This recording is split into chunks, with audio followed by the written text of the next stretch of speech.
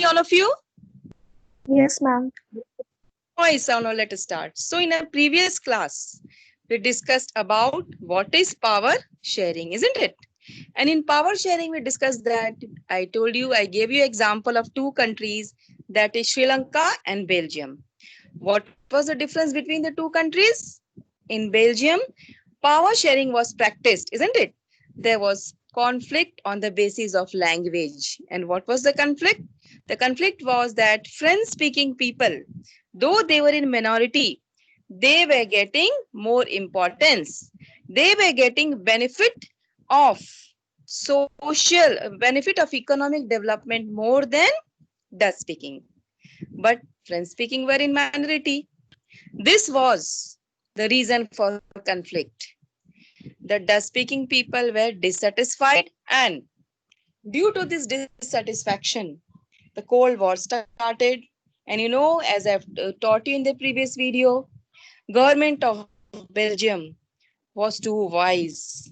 What they did, they accommodated this difference by practicing federal system that I taught you in the second lesson. Power was distributed between central government and state government, isn't it? And this conflict was accommodated, and now peace prevails in Belgium. And the problem was solved by what? The problem was solved by power sharing. So we can say that power sharing was practiced in Belgium. But opposite was the situation of Sri Lanka. In Sri Lanka also Sinhalese were in majority and Tamils were in minority. This chapter I've explained you in the previous video also. This is just revision class, isn't it? So what happened in Sri Lanka? The Sri Lankan government, they practiced preferential policies in which Sinhalese were given more importance. They were given right to vote, isn't it? And they got admission in good schools and universities. They got good jobs. Even the religion followed by Sri Lanka, that is Buddhism, was declared as a national religion. And Sinhalese language was announced as the national language. Even Sinhalese had only got right to vote.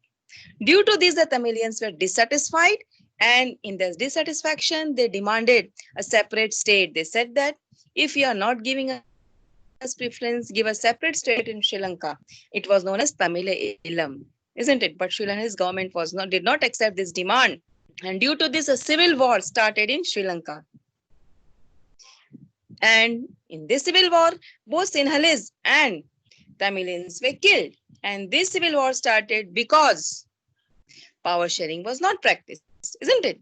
So, power sharing, the two examples are given which shows the benefit of power sharing. In Belgium, power sharing was practiced, and in Sri Lanka, power sharing was not practiced. In Belgium, peace prevailed, the problem was solved. In Sri Lanka, the problem was not solved, and it resulted into civil war, isn't it? So by giving these two examples, you can understand the importance of power sharing. Now today, we will proceed with different types of power sharing. What are these different types of power sharing?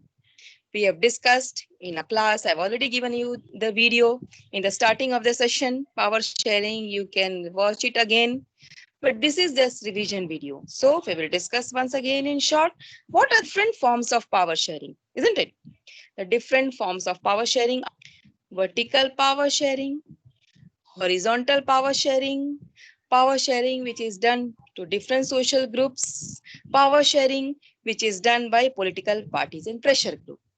First, we will start with horizontal power sharing. Now, children, what is horizontal power sharing? I think all of you have studied in your previous class. In class 9th, I have only taught you working institutions. In working institutions, what are the different working institutions? That is legislature, executive, and judiciary. Isn't it, children? Judiciary. Judiciary, yes. Executive, judiciary, and legislature. Isn't it? These are the different working institutions or organs of government that you studied in 7th and 8th standard. So when power is shared between these three institutions, that is legislature, then judiciary, and executive. And I think there is no need to explain all this. Legislature means what? Where laws are made. That is parliament, isn't it? Judiciary, you know, it is collection of all the courts, that is High Court, District Court, which sees whether laws are being followed or not. It does justice between right and wrong. This is known as judiciary. And executives, you already know, the laws which are made by legislature are executed by executives. Executive consists of prime minister, president, okay. These are known as executives. So when power is shared between these three organs, they are known as what? Horizontal power sharing. And in horizontal power sharing, all these three organs have got equal power. And that is why it is known as horizontal power sharing. Is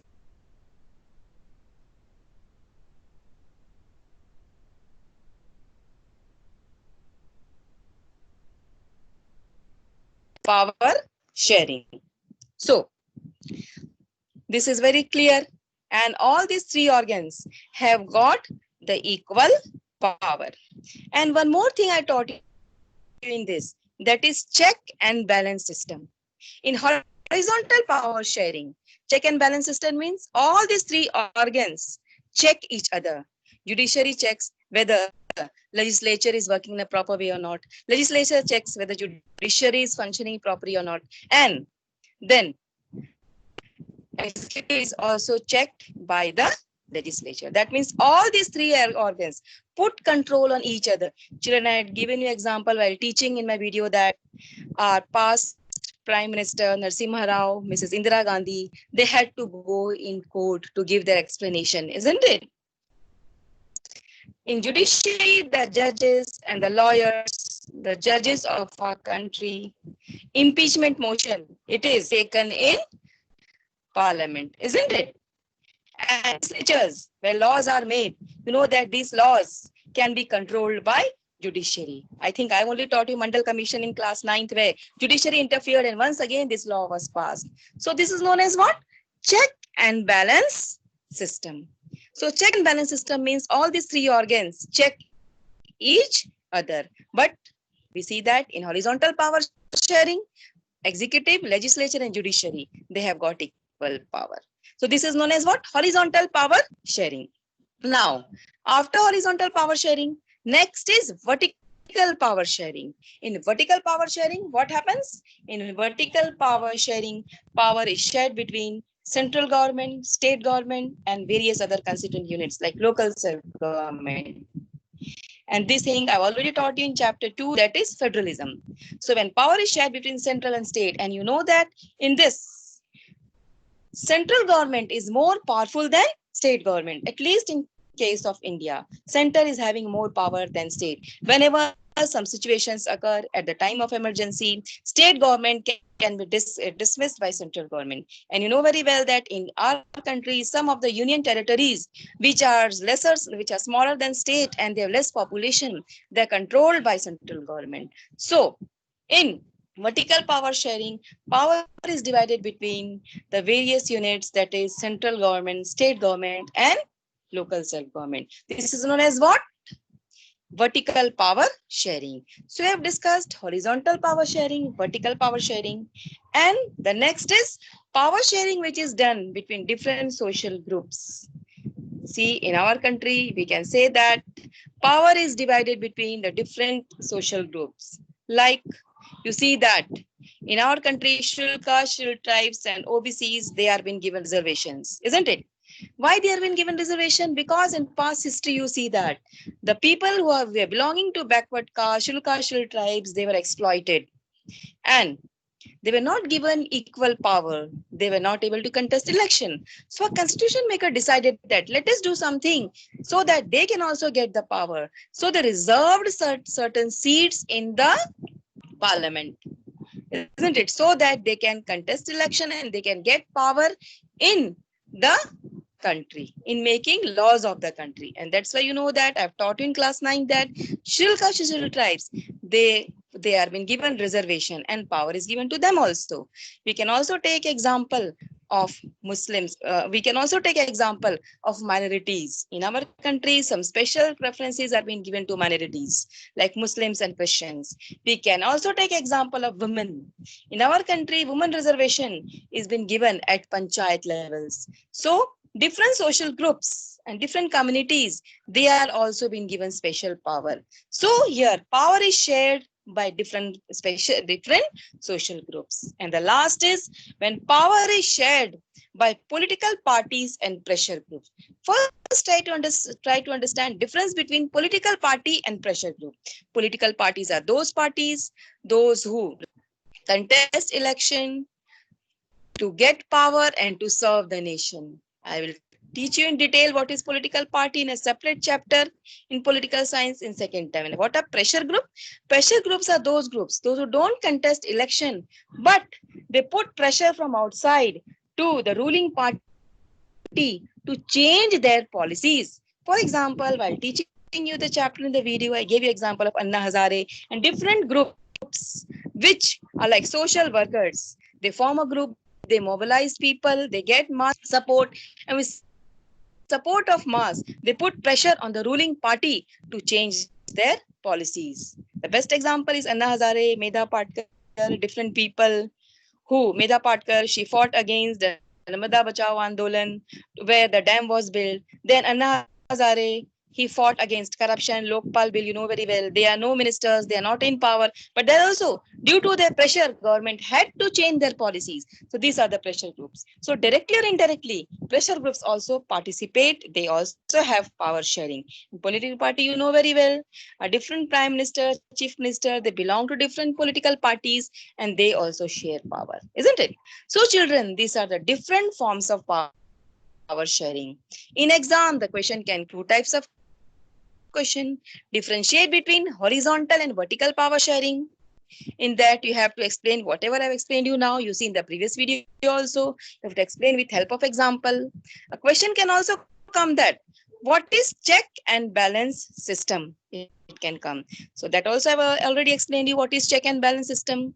Then a question can come separately that write short note on horizontal power sharing or write short note on vertical power sharing. Then a separate that how different types of power sharing, how power is shared between different social communities, how power is shared, what is difference between political parties and pressure groups. These different types of question can come.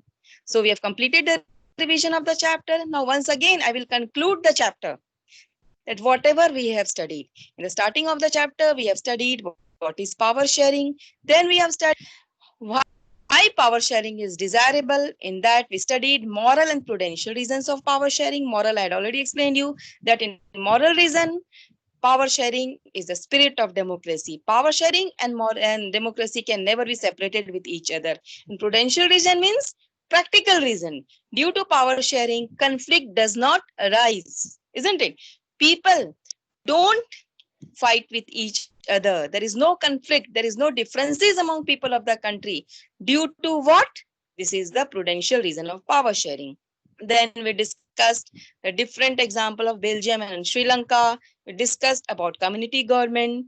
And today we have discussed about different forms of power sharing. And the list of questions that you have to do in the homework is, the first is define power sharing, which can come in your board exam. Then it can come, what are the moral and prudential reasons of power sharing, or why power sharing is desirable? If these two questions come, the answer will be same. Then a question can come, differentiate between horizontal and vertical power sharing. Then a question can come, what is check and balance system? This is also a very important question. Then a question can come, what is the difference between political party and pressure group? Same question can come, how power is shared by a political party and pressure group? Then a question can come, how power is shared between different social communities? These are the different set of questions which can come in your exam. And if you will prepare these questions, I think nothing will come from outside. And one more important thing from the whole chapter, now it will be your work. If when we are doing revision, you have to prepare you have to form at least 25 short questions that are MCQs. isn't it? Which can come in your exam. Then your course will be over. So today we have completed again the discussion and revision of chapter number 1 of political science. And in my next class, we will start with revision of the second chapter of economics, that is sectors of economy, because already we have completed at present the development chapter. So we'll start with revision of the second chapter, that is sectors of economy. So the name of the chapter is sectors of economy. So we have completed this chapter, and now we will start with the second chapter in my